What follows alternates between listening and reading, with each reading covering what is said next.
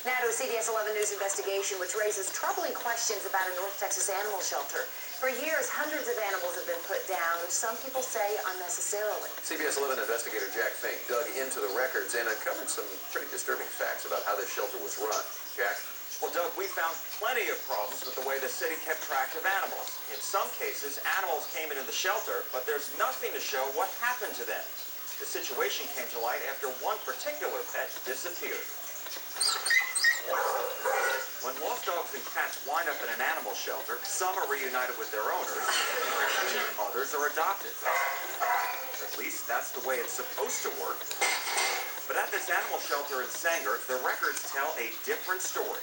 In the past 4.5 years, more than 900 dogs and cats went in, but never came out alive. We just couldn't accept the fact that, she was gone. She was a golden retriever named Kenzie, a therapy dog who got lost while Sam and Kelly Alexander were away on vacation. Someone dropped her off here. 11 days later, she was put to sleep.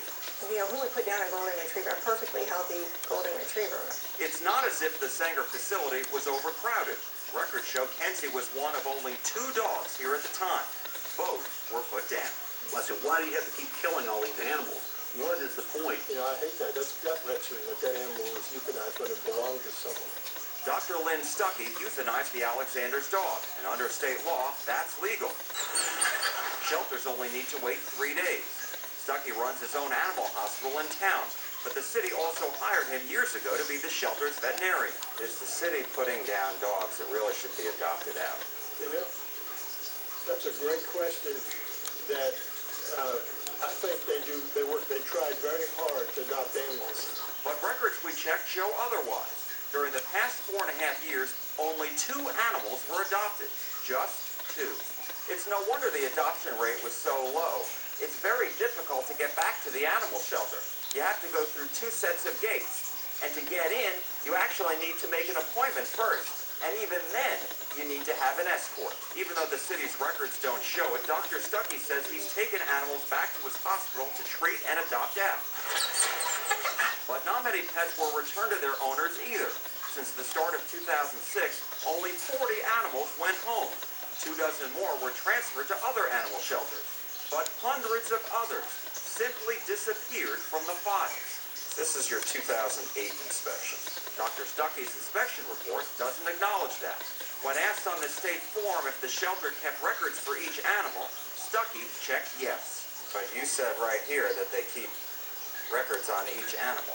And I asked that question to them, and they showed me the charts that they have, and so from what I could see and what I was told, the answer is yes. This is where those runs were into these cages. Sanger City Manager Mike Bryce took us on a tour of the facility, which is now shut down for renovation. He did want to talk on camera.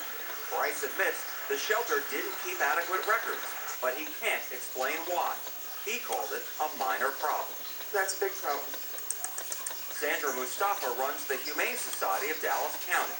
Because it's a state law stating that you're supposed to keep track.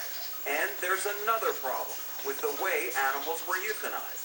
It was done on site in front of other dogs and cats, and that's against state rules. When an animal comes in, they're already stressed. And for animals to see that, they're just going to get more stressed. They're just getting started. The city manager promises many changes, starting with better record keeping. And workers are already converting this old shed into a place where animals can be taken one at a time to be put down. But the Alexanders want more than promises. They want answers, and not just about Kenzie. There's been hundreds killed. This stuff's been going on for years and years and years. In the first 6 months of this year alone, records show nearly 85% of the animals were euthanized. Now, we want to point out the only reason we have many of these records is because Dr. Stucky, the vet, kept them, not the city.